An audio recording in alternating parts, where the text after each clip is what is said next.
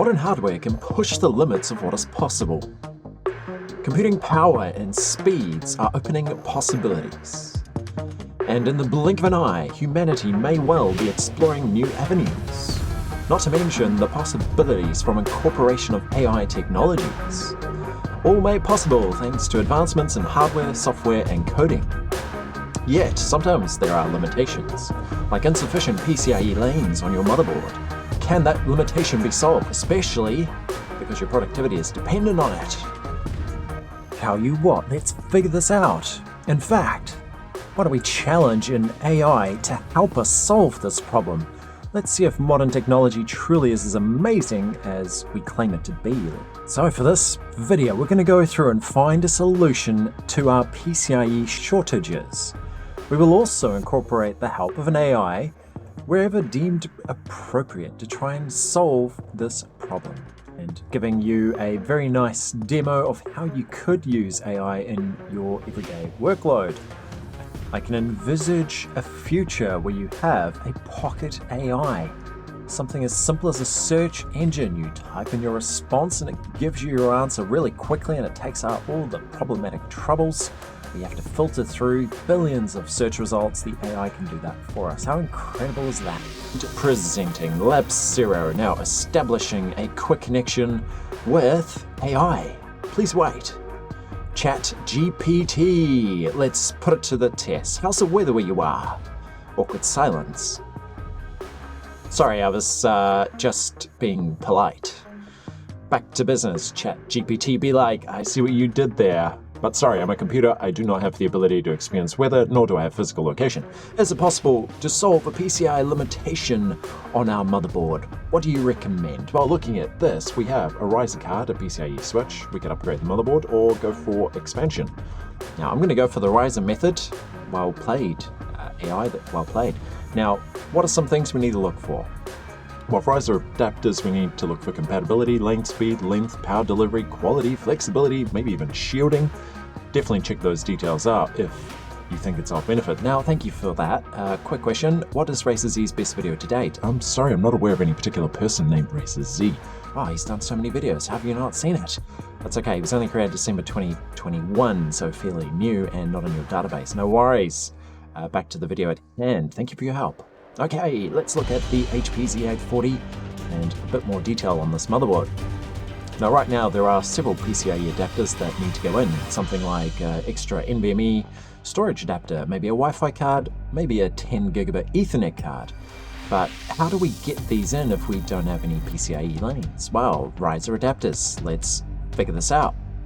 So right now, there are 3 slots that are candidates. We got slot 3, slot 4, and slot 5. Slot 3 and 4 are underneath the GPU. Slot 5 is partially obscured by the GPU.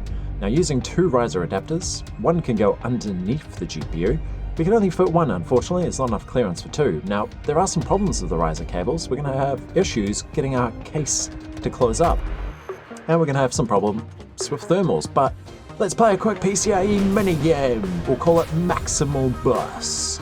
Let's do this. Oh, coin. Coin's always useful. Oh, lots of adapters. Whoa, that's so fast. Was that a planet? Okay, let's get all these adapters. Excellent. Wi-Fi card, awesome. So far, so good. I'm really good at this minigame. Okay, we got a boost. Excellent. Getting all these PCIe adapters for our motherboard. This will be a breeze. Wait, PCIe patrol. The AI never said anything about patrol. It's okay. Overload. Oh dear, we're going to run out. Boost, boost, boost. Ah, we went bust. That's not good. It's okay. I just wanted to get some safety there, but if you want to see more content, consider subscribing. Okay, let's launch a tutorial. Let's see how we do this on our motherboard. Now, riser adapters. We have 2 potential candidates here. Whoops, a little bit of a knock there, it's okay. Riser adapters. Now these are really, really good value. Lots of things to keep an eye out for. The X-Night adapter here has got a 90-degree connector, where the other one is a flat, traditional PCI riser adapter. Another key difference, this one is a reinforced, where the other one is not reinforced. Reinforced really helps for your GPUs, like we have our power cables there. But in this case, we're not going to do exactly what the AI suggested. We're going to tweak it a little bit, but definitely consider those details for your riser adapters that you may decide to purchase. Now, slot 3 and 4 are currently unoccupied, and slot 5 is partially obscured by that GPU. I'll show you that in a second, but for now, we're going to test out how can we arrange these and will they actually work? So fingers crossed we can find a way to get these to slot past the GPU, and you'll see we've got our NVMe enclosure down in slot 6 at the moment as well. So we do need this cable to clear, hopefully it does. Now next one, here's our flat, oh that's going to be hard to install, I might have to do this the other way around. Tell you what, we'll do the bottom one first and then we'll switch to the top one, I think that's going to make more sense. It's a very tight clearance, but we do have a key benefit here. It's going to allow us to get 2 additional PCIe adapters fitted, and we're not going to have any problems with our GPU. Now you could mount your GPU external, but that's just not as reliable. Wait, this is looking like a little bit of a fruit salad there, but that's okay. We can still improve on this. Now what are we installing? Well, I opted for the X540T2 10 gigabit Ethernet network interface card. Now this is going to be really useful because we get ultra fast transfer speeds. Really hopeful we can get to that 10 gigabit, but we'll work on it. Hopefully we'll definitely get there eventually. Now next one here is our USB Type-C adapter. Incredibly useful on your workstation because it gives you the ability to run a lot of these modern adapters, things like your Brio Logitech webcams, for example. Okay, so there it is. Installation done, but that's looking a little bit dodgy because right now everything's going to move around. We could have metal on metal contact, we could scratch up our GPU, so we need to do a bit of securing. But before we do that, I'll get you to zoom out just a pinch. Let's see if we can fit our GPU. Now you'll notice size-wise it's almost the size of the workstation itself. It's incredible. But let's see if we can slot this in. A very precise fitment on the HP Z840 on this particular GPU. And there it is, done. Now, next challenge, can we find a way to secure these adapters so we don't end up with, I guess, a fire hazard? We'll do our best, hopefully it's possible. Now, what could we use? Now, we could go back to the AI, but tell you what, we'll use methods that I usually use. Let's check this out. First one, I'm still stoked that this is actually going to fit. But let's see if we can do something about the fitment here. Now, first method is the tried and tested double-sided tape. Take a little bit here and we'll try and firstly attach the 2 riser cables to each other. Wait, how am I supposed to peel that with gloves on? This is really tough. Okay, first step, securing so that we can ensure that the cable does not touch and or interfere with our GPU fans. That would be really annoying, writing off your GPU for the sake of a PCIe expansion. Not cool. So once we've attached that, another method is Velcro straps. Now these are excellent for cable management in your PC. They're pretty sturdy and they provide quite a good amount of hold, so quite beneficial for us. We're going to link 2 of them together, and we'll use this just to keep those cables again joined together, ensuring we don't have the riser itself being pulled into that GPU at max use. Now another temporary solution could be tape, but definitely don't recommend this one. Tape will heat up and the glue will come off and it's just going to be messy. So we'll go for another Velcro strap at the back and a whole lot more double-sided tape, because we want to get this as securely mounted as possible, especially given that it's outside the case. Okay, I'm going to call that fair. Another temporary solution here, these random wire cables that we receive in most of our packages, particularly hardware packages, we can try and use one of these. They're insulated, so hopefully that doesn't cause us any problems. I'm going to call it a temporary fix. Another Velcro strap would be better, but I ran out of Velcro straps. Okay, this will do. So we won't secure it too tightly. I still need to do some fine adjustments here to the double-sided tape, making sure it stays nice and snug. Thankfully, gravity will be on our side to keep that out of the fan. Sorry, you can't quite see it, but that's okay. Okay, this is looking, still pretty loose, but we'll call that mounted. We'll insert our USB-C adapter as well. We'll quickly connect up our GPU power. These are the 6-pin to 8-pin power adapters, critical for running a modern card in your workstation. That's them there. Okay, on to maybe a little bit more securing. Yeah, we definitely need more securing. Let's see. Now, next most critical thing will be a lot more double-sided tape. Now, that's looking pretty stable. I'm relatively happy. We'll put our USB-C adapter back in. And is that done? Yeah, that looks relatively secure. Okay, but there is one more thing we need to do. Another PCI adapter. I know, there's so many. This is our Jahi. This particular adapter contains my boot drive, Samsung 970 Evo Plus, very useful for your Windows operating system and so forth. And while we're here, check out how clean these fans are. definitely check out one of my related videos on how to clean your PC. Oh, that does look really good. Okay, let's get this cover back on. CPUs will be fed nice and clean air. Now the next challenge is, does this actually work? Can this monstrosity somehow survive whatever that is? Well, let's put it to the test. The real question is it durable? Does it stand the test of time? Well, I will definitely tell you. So far so good, no troubles. After some troubleshooting, maybe. We'll find out more soon because there are some things to look out for and some potential problems. We'll check that out soon, aside from the obvious being your case cover will never close and your thermal properties would be slightly disadvantaged because that lower dynamic chamber that HP so delicately crafted is severely hammered by this modification. It's okay, fingers crossed. In my experience, the GPU does really good to pull some air over those cards as well. Now, first boot, what happened? The fatal error. Ha! You probably saw that coming. Okay, so what happened? What went wrong? What was the problem? Let's go back to slot 3, 4, and 5. Slot 3, tied to CPU 1, is ideal for most modern connections. Slot 4, also tied to CPU 1, should also be able to take most modern adapters, but it's X18 slots, a little bit more bandwidth on that one. And then slot 5, also ideal for most modern adapters. So the question is, why did I get a PCIe error on slot 5, which was holding this particular riser adapter? Well, on careful inspection, I'm going to make a bit of a theory here, but I feel like one of those lanes is slightly bridged. Now, it's very hard to see this without a microscope, but I'm fairly confident at least one of those lanes are currently bridging. It's difficult to say if some of it's solder or if it's just resin, but definitely querying that. Yeah, very hard to see, but I think that's going to mean this cable is just not going to work, and there's definitely a fault. I don't see any problem on the connector itself. I feel like the copper terminals there look pretty standard, and can't really see much in the connector itself, but yeah, we'll hope that's okay. Now, that does stress the point that you're best buying a branded riser cable. This is one of the cheapest ones you can obtain. Probably better to go for one that's reinforced anyway. The design just looks far superior.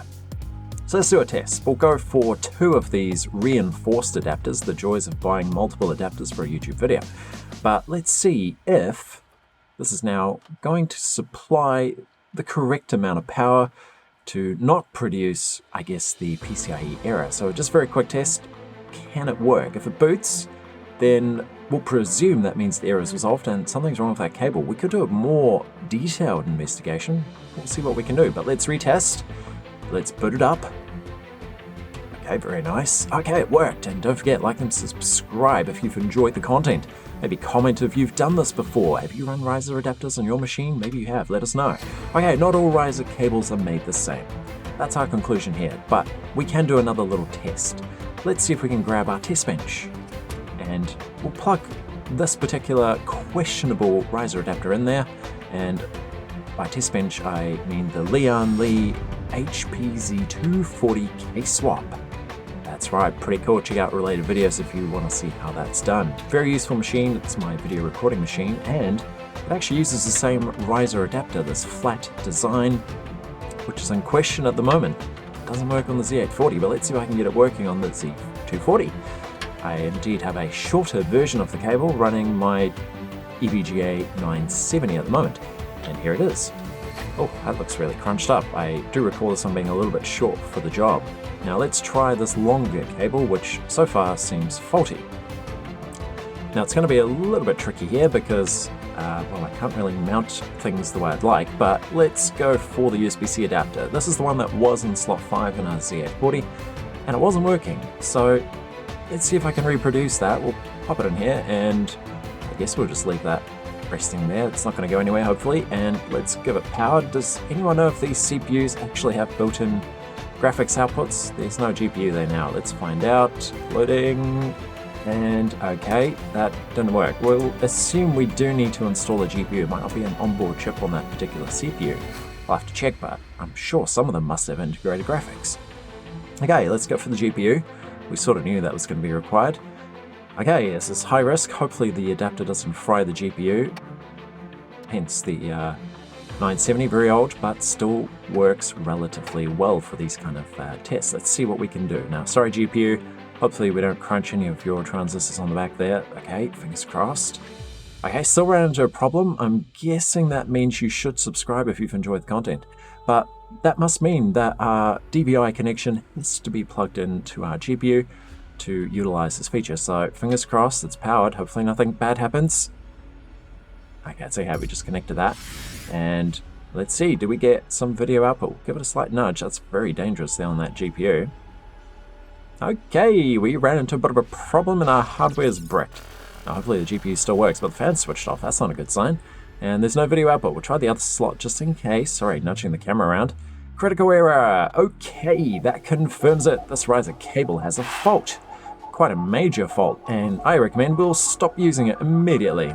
Let's try a different cable, see if we can get one that actually does work. And just like that, we get beautiful, beautiful content. Excellent. Okay, so conclusion, that riser cable is dodgy and looks like space debris to me. We can confirm it's definitely not worthy of use in your machine. We'll throw that one out. Okay, let's move on to the next phase, but definitely questioning that one. Must be a bridge somewhere. Okay, installing our driver for our network interface card. So in this particular instance, we're using the Z840 T2 network interface card, and we do need to find the driver. It didn't install automatically. I'm going to install this one quickly here. Definitely take note of the process if you haven't done this before. And while that's busy installing the driver, let's quickly take you back to maybe the website to see how we do this. Now, quick note for future video, we're going to go through in more detail how to do 10 gigabit networking for your home network. But stay tuned for that, we'll do that in the future. So going back through, let's see how this works. Right now, the PCIe adapters that we've installed, or the other adapters, are being connected perfectly. We've got our 3.1 controller and our 3.0 USB front media hub, and even the Logitech Brio being detected without problems. Okay, this is good. Now for these, usually you'd be able to just automatically update the driver, but for whatever reason, that's not working. Maybe it's getting a bit old. And yes, confirmed slot 4. Can you believe it? It's underneath the GPU. Okay, let's do a quick test. I don't think the automatic one's going to work. Okay, confirmed. So we'll have to manually find this driver on the Intel website and install it. It's very easy. Search for the network card. We'll scroll through until we find the one for Windows 10. There will be some other options there if you are running different operating system, or maybe even if you're running Windows Server. So that's really cool. We'll download the zip file, export it, or extract it rather, and then very quickly after accepting all their license agreements, hopefully nothing too extreme in there, let's go for it. Now once we get this installed, I'm going to change location there to a different location. My C drive's really full, joys of small NVMe's, and let's quickly let that install. Oh, that's definitely really slow. Why is the NVMe running at kilobytes? I have megabytes, that's better. Keep climbing. Where's the gigabytes per second? Okay, that's running really slow. The joys of different file formats, not always... oh, wait, what? 0.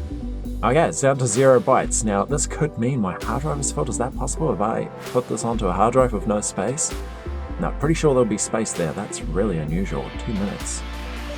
Okay, the joys of NVMe's, not always as fast as they need to be. Let me quickly load up the drive and just check that there's no space issues. That's real time. How's that not updating? Okay, there's lots of space there. We got 40 gigabytes. No excuse for this slow speed. Now, while that's busy pretending to install kilobytes per second, that's disastrous. Really, really not happy with that speed. That is really slow. Joys of modern devices. Let's go back to the website. Ah, down again. Okay, that's just frustrating. 4 minutes. Let's double check the C drive. Okay, C drive still has space as well. That's highly unusual. Anyway, back to the website. Some of these other packages here could be really useful. I don't quickly see one for... Okay, there's Linux as well. So if you are running Linux, you can definitely use these as well to get your machine running. And obviously there's quite a lot of options there for Windows Server. So well worth considering. Even some of the older formats, Windows 7 and Windows 8, that's really cool. And there are other adapters for your Z as well, like the X520, another good option, a little bit older. This one would be more suited particularly for the older workstations like the Z800 and the Z820.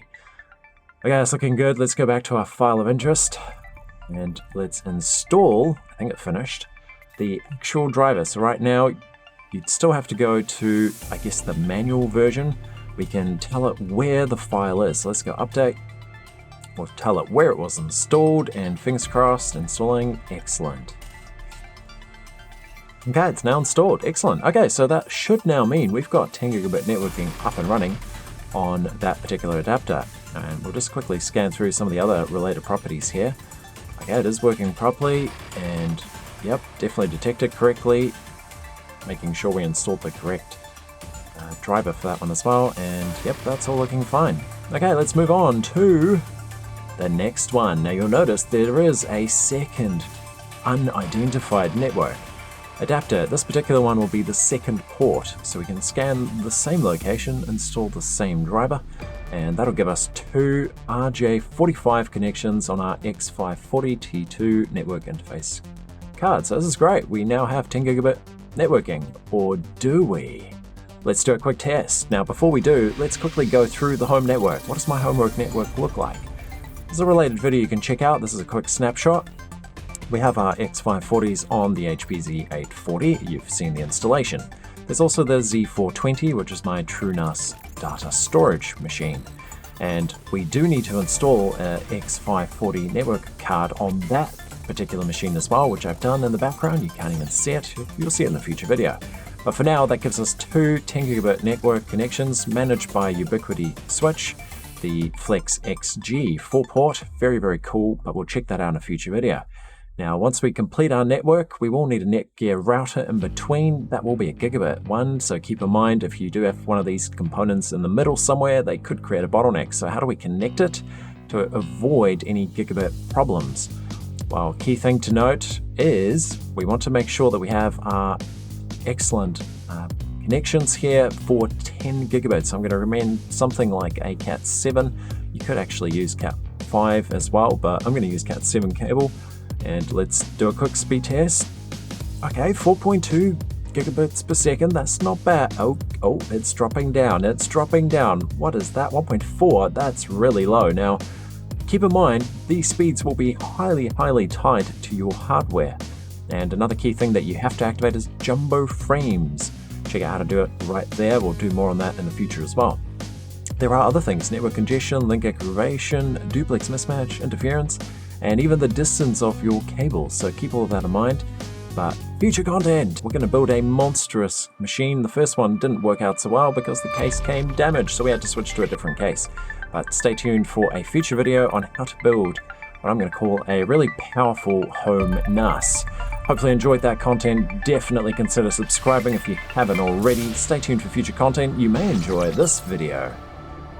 You may also enjoy this video. I'll catch you on the future videos. Definitely stay tuned for these videos. So many coming out. So much hardware to work through. Hopefully you enjoyed that. I'll see you on the next one.